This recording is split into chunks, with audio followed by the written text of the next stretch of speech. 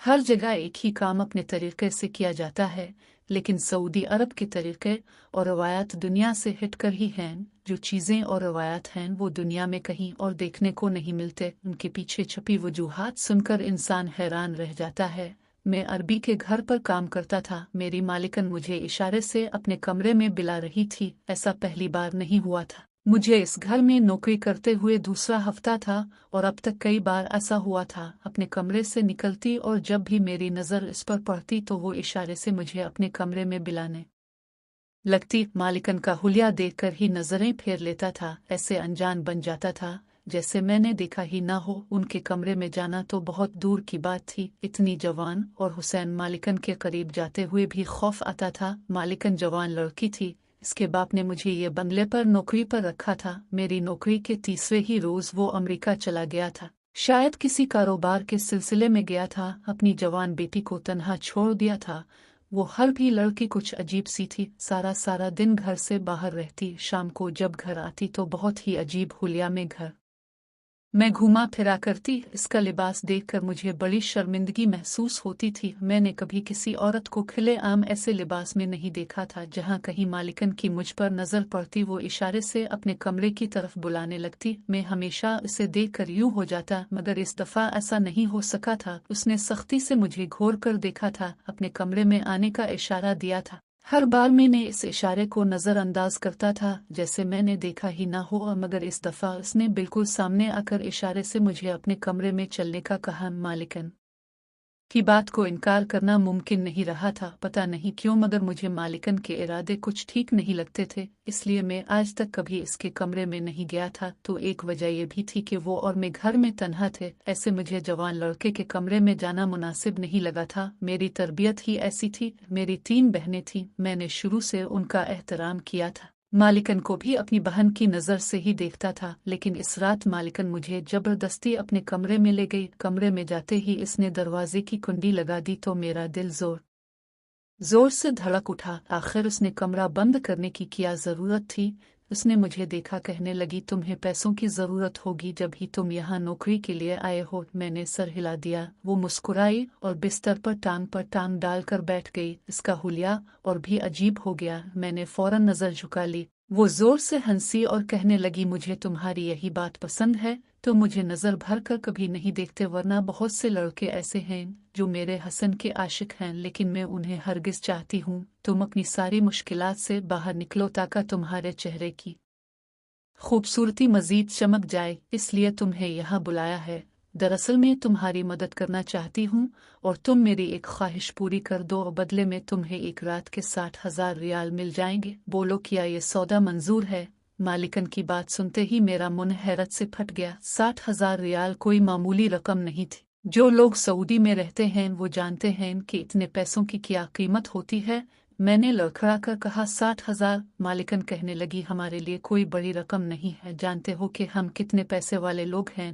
मालिकन की वाकई सच थी, बहुत ही पैसे वाली थी। उनके बाप ने मुझे पाकिस्तान से ये काम के लिए बुलाया था। सारा खर्चा भी खुद उठाया था। टिकट तक भी मालिकन ने भेजा था और मैं यही सर्विस क्वार्टर में रहता था। मेरी तनख्वाह तो 800 थी, इसलिए 60,000 मेरे लिए बहुत बड़ी रकम थी। ये सोचकर मैं खुश हो गया था। मालिकन से कहा, ठीक है, मुझे बता दे कि आपको क्या काम है, मैं काम कर दूंगा। मालिकन ने खड़े होकर मेरी आंखों में आंखें डालें तो मेरा जिस्म सुन्न होने लगा। तो मालिकन मेरे बहुत करीब आ गई थी। मालिकन कहने लगी, मुझे तुमसे कोई काम नहीं है, बल्कि अपनी ख्वाहिश पूरी करवानी है, और तुमने मेरी ख्वाहिश पूरी कर दी। मैं सुबह होते ही ये रकम तुम्हें दे दूंगी। बस एक रात ही की बात है, फिर तुम्हें ये नौकरी भी नहीं करनी पड़ेगी। तुम इतनी बड़ी रकम लेकर वापस अपने वतन चले जाओगे। मैंने घबराकर मालिकन से कहा, बता दे कि क्या ख्वाहिश है? तो मालिकन ने जो भी ख्वाहिश सामने बयान की सुनकर मेरे पांव तक पसीना आ गया। फौरन इनकार किया है, कहा कि ऐसा गलत काम नहीं कर सकता। मगर वो कहने लगी, सोच लो, बस 12 घंटे की ही बात है। अभी रात के 8 बज रहे हैं। सुबह 8 बजे तक तुम्हें मेरी ख्वाहिश ही पूरी करनी है। ऐसा क्या मुश्किल है? तुम जवान मर्द हो, खूबसूरत हो, तुम्हारे लिए कोई बड़ी बात नहीं होनी चाहिए। मैंने मालिकन ने मेरे दोनों कंधों को मजबूती से अपने हाथों से जकड़ा और हंसने लगी और कहा कि सोच लो, 60,000 रियाल, वो भी सिर्फ एक रात में, मेरी ख्वाहिश भी पूरी हो जाएगी। तुम्हारे और मेरे सवा और इस घर में कोई नहीं है, इसलिए ये बात किसी को पता नहीं चलेगी। मैं तो ये बात सुनकर सोच में पड़ गया था। मालिकन की ख्वाहिश खतरनाक थी और मालिक को पता चल जाता तो वो मुझे सलाखों के पीछे बजवा देते। मालिकन को अपने बाप का खौफ था जो मेरी कमाई के इसी में थे। मैं यहाँ से पैसा भेजता तो ही घर का गुजारा होता। मुझे डर लग रहा था कि शॉर्टकट के चक्कर में कहीं किसी बड़ी मुसीबत में न फंस जाऊं। मालिकन मुझे सोचते हुए देखा तो कहने लगी, चलो ठीक है, तुम्हें सोचने के लिए 2 दिन का वक्त देती हूँ। बाबा के आने में 4 दिन बाकी हैं। तुम 2 दिन अच्छी तरह सोच लो, फिर मुझे जवाब देना। दिन के वक्त दूसरे नौकर भी होते हैं, उनके सामने कोई बात नहीं करना चाहती क्योंकि वो बाबा के पुराने वफादार मुलाजिम हैं। हर बात के आते ही बता देंगे। लोग शाम में चले जाते हैं, यहाँ रात सिर्फ तुम ही रुकते हो, इसलिए मैं अपनी ख्वाहिश तुम्हारे जरिए ही पूरी कर सकती हूँ। ये कहकर मालिकन बड़ी आहिस्तगी से अपनी उंगली से मेरे होठों को छुआ तो मेरे तन बदन में आग लग गई। मैं घबरा के पीछे हटा। मेरे चेहरे की घबराहट देखकर मालिकन की हंसी छूट गई और मैं तेजी से उनके कमरे से निकल आया। मैं अपने कमरे में पहुंच गया, बिस्तर पर बैठकर गहरी सांस लेने लगा। इतने बड़े बंगले में सिर्फ और मालिकन थी। मालिकन की नीयत का मुझे अच्छी तरह पता चल गया था। मैं सोच रहा था कि मालिकन अपने बाप की गैर मौजूदगी में ऐसा काम कैसे कर सकती है।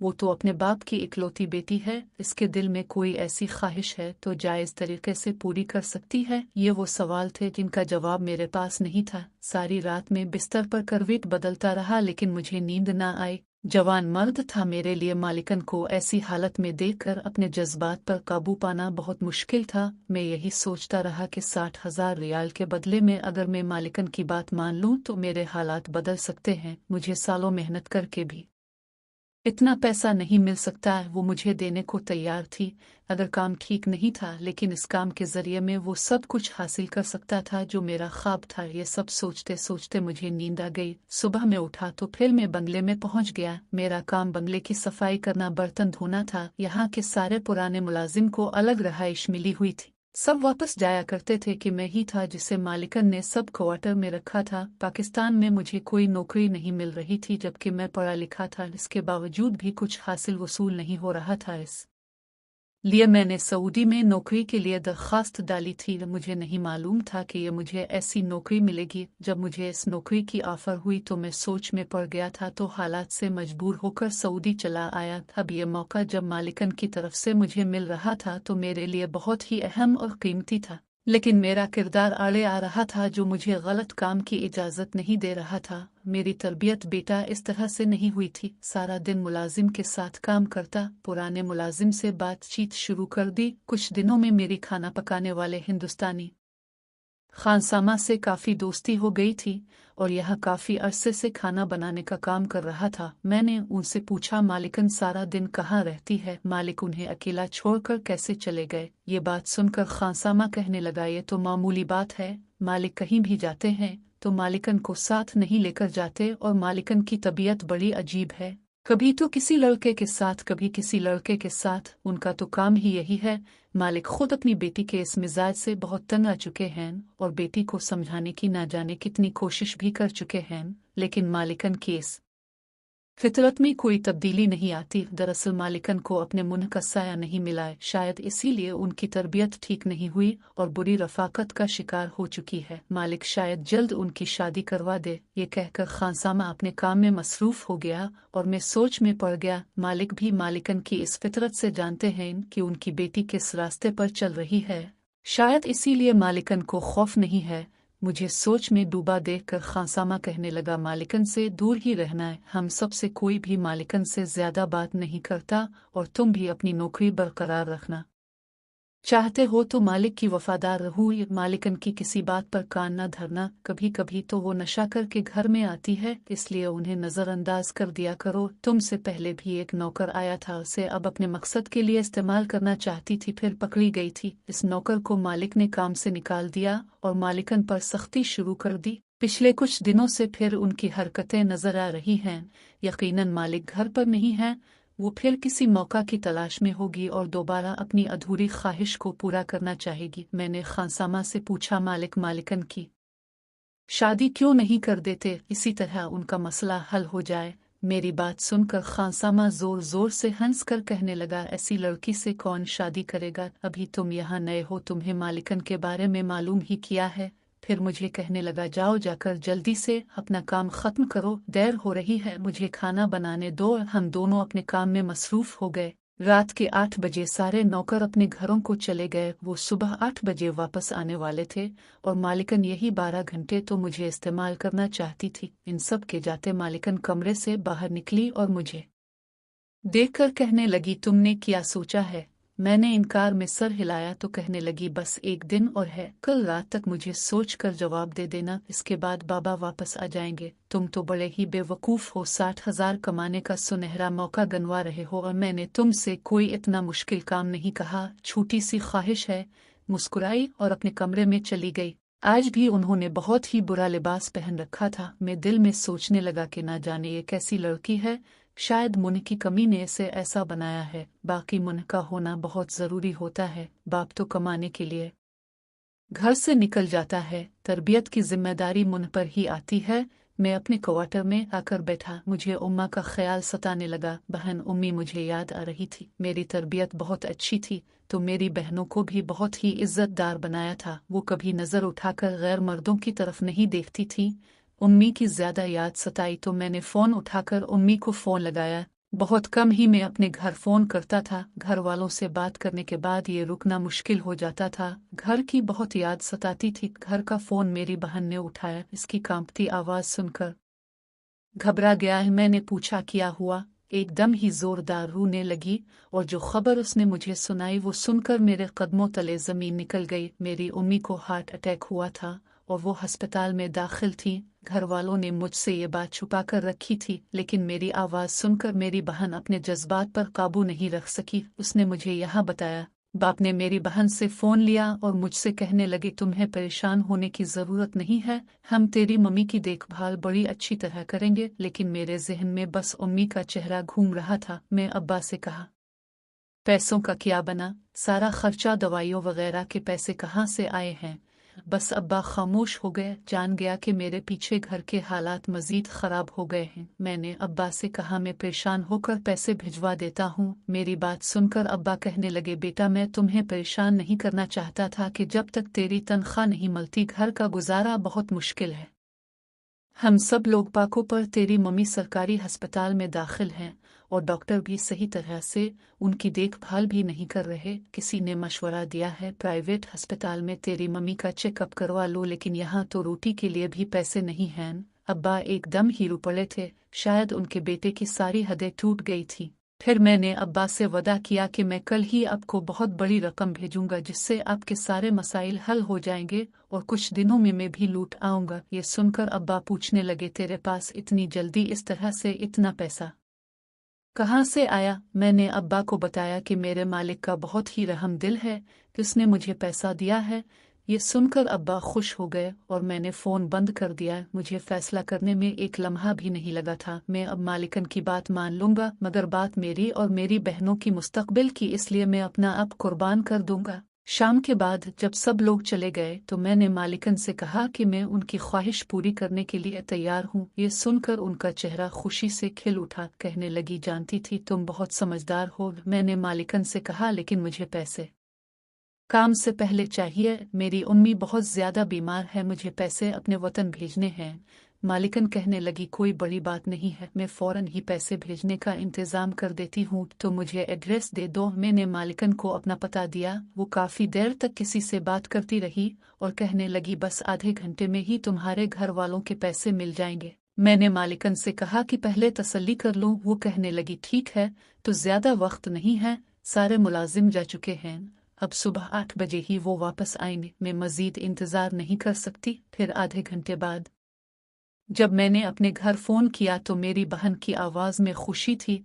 वो कह रही थी, भाई आपके भेजे हुए पैसे मिल गए हैं। कोई पठान आदमी आया था, उसने बताया कि अपने पैसे भेजाए हैं, अब हम उम्मी का बड़े अस्पताल में इलाज करवाएंगे। ये सब सुनकर मुझे भी खुशी हुई और मैंने कहा कि बस कुछ अरसे में भी वापस आ जाऊंगा। मालिकन मेरे सामने ही खड़ी थी, कहने लगी, अब तुम्हारा मसला हल हो गया, अब मेरा मसला खत्म करो। ये कहते ही मालिकन के चेहरे पर शैतानी मुस्कुराहट आई थी। मैंने मजबूरी के आलम में जब ये सब किया, मेरा दिल बिल्कुल राजी नहीं था। खैर मैं मालिकन के साथ कमरे में चल पड़ा जहां वो मुझे लेकर जाना चाहती थी, और फिर वो सारी रात मैंने बहुत ही मसरूफियत से गुजारी। पूरे 10 घंटे हम दोनों ने मिलकर मालिक के कमरे का एक एक कोना छान मारा, लेकिन मालिकन को किसी खास चीज़ की तलाश थी जो मालिक के कमरे में थी, और वो मेरे जरिए इस चीज़ को ढूंढना चाहती थी। धीरे धीरे वक्त गुजर रहा था, लेकिन मालिकन का काम मुझसे नहीं हो रहा था, और फिर सुबह के वक्त मुझे वो चीज़ मिल गई जिसकी तलाश मालिकन को थी, लेकिन न जाने क्यों मैंने वो मालिकन को देने की बजाय छुपा